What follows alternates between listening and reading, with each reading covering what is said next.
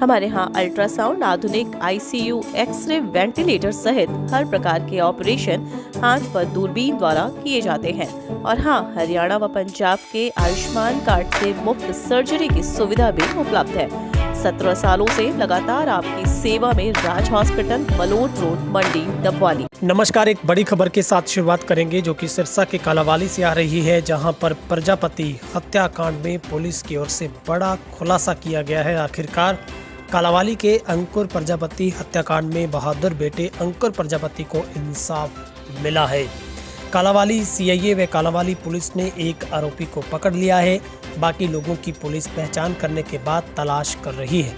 आपको बता दें कि 18 जनवरी की रात को वार्ड नंबर 3 की गली प्रकाशो महंतवाली में, जो कि महावीर प्रजापति के घर लूट के प्रयास से कुछ बदमाश घुसे थे, बचाव करने उतरे बहादुर बेटे अंकुर प्रजापति पर भी और उनके पिता भी साथ में थे। लुटेरों ने अंकुर को गोली मारकर वहां से फरार हो गए थे, जिसके बाद उसका कई दिनों तक उपचार चला और उसकी मौत हो गई थी। पीड़ित परिवार जागरूक होने के कारण दस्तक देने मुख्यमंत्री से लेकर गृह मंत्री तमाम लोगों के पास पहुंचा था और परिवार की ओर से हत्यारोपियों का पता लगाने के लिए 50,000 का इनाम भी रखा गया था। तो हम आपको बड़ी एक खबर बता रहे हैं जो कि सिरसा पुलिस को ये कामयाबी मिली है, जहां पर सिरसा एसपी डॉक्टर अर्पित जैन की ओर से एक प्रेस कॉन्फ्रेंस कर इसका खुलासा किया गया है। पीड़ित परिवार की ओर से हाईकोर्ट की भी शरण ली गई थी, जहां पर कहीं ना कहीं परिवार की तरफ से सुनवाई नहीं होने के जो आरोप लगाए जा रहे थे, जिसके बाद अब इस पूरे मामले में पुलिस ने आखिरकार 13 महीनों के बाद इस हत्या की गुत्थी को सुलझा लिया है। चचेरे भाई के प्यार को पूरा करने के लिए कालावाली में दी गई थी वारदात को अंजाम। तो हम आपको बता रहे हैं, करीब 15 साल सजा काटकर रोहतक जेल से बाहर आए राजस्थान के भरतपुर के गांव बकोली निवासी राजकुमार उर्फ रिसालू की बावरी गैंग ने 13 महीने पूर्व कालावाली में डकैती के दौरान अंकुर प्रजापति हत्याकांड को अंजाम दिया था और करीब 1.5 साल पहले रिसालू की सजा पूरी हुई थी। हत्याकांड से वो करीब कई महीने पहले कालावाली में आया था। और सबसे बड़ी बात है कि रैकी किस तरीके से ये गिरोह के लोग करते थे। पुलिस की माने तो गैंग का रैकी करने का तरीका भी बहुत ही अद्भुत था। गैंग बाइक के पीछे रेड़ा लगाकर कबाड़ का काम करने के लिए बहाने रैकी करता था। वारदात अंजाम जहां देनी होती थी वहां पर ज़्यादा चक्कर लगाए जाते थे। रिसालू वारदात के बाद छिपने के लिए सुरक्षित जगह का इस्तेमाल करता था, यानी कि ये लोग कहीं ना कहीं किराए के मकान लेकर रहते थे।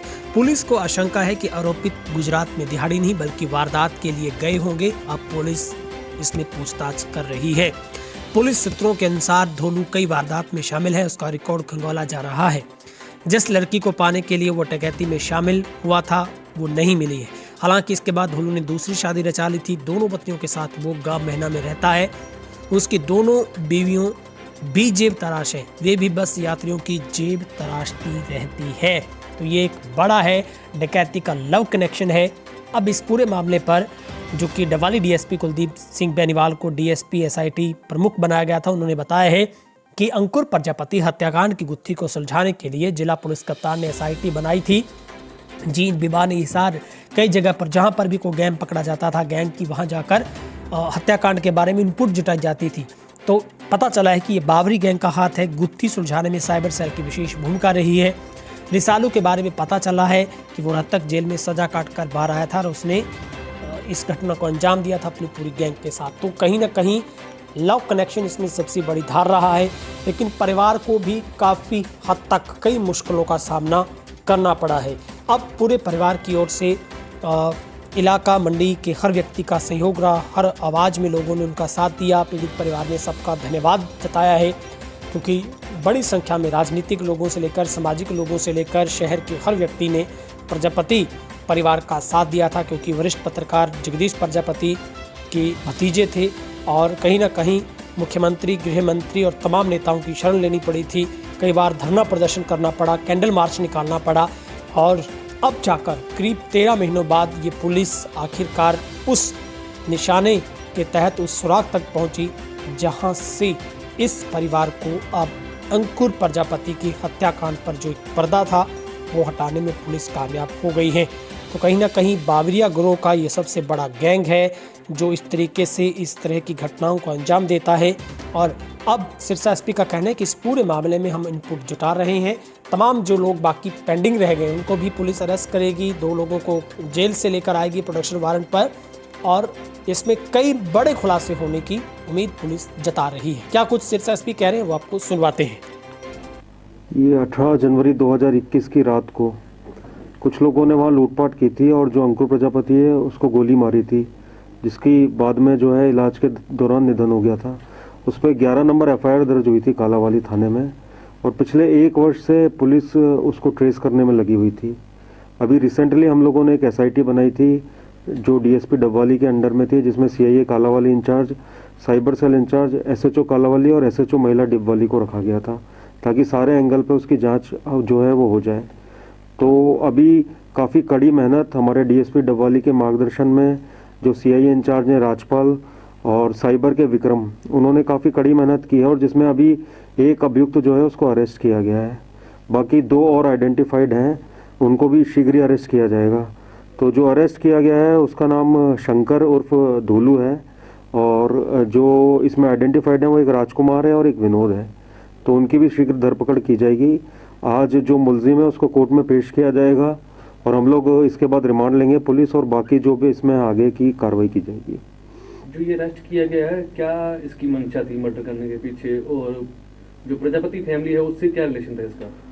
ये पहले उनके घर के पास ही किराए से रह के गया हुआ है, तो इसको पूरे क्षेत्र के विषय में मालूम था, और इस वारदात से पहले भी इन लोगों ने रेकी की है उस क्षेत्र में आके।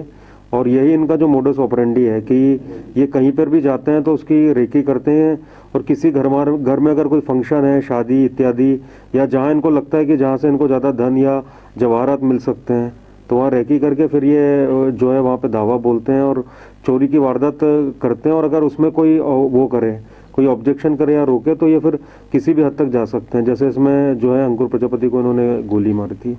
तो कितने ऐसा इनमें लोग हैं इस गिरोह में जो अब तक उनकी शिनाख्त हो चुकी है, और आगे कितनों की पकड़ बाकी है? इसमें वही मैंने बोला कि एक तो अरेस्ट हो चुका है और 2 की शिनाख्त हो चुकी है, तो उनको भी शीघ्र ही हम लोग अरेस्ट करेंगे।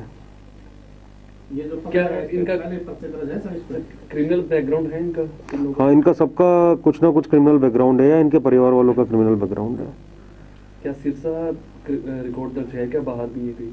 नहीं, अभी तक जो इन्फॉर्मेशन आई है कि इनके परिवार वालों के तो बाहर दर्ज हैं, और बाकी जो 2 बाकी हैं उनके खिलाफ कई अन्य जिलों में भी पर्चे दर्ज हैं।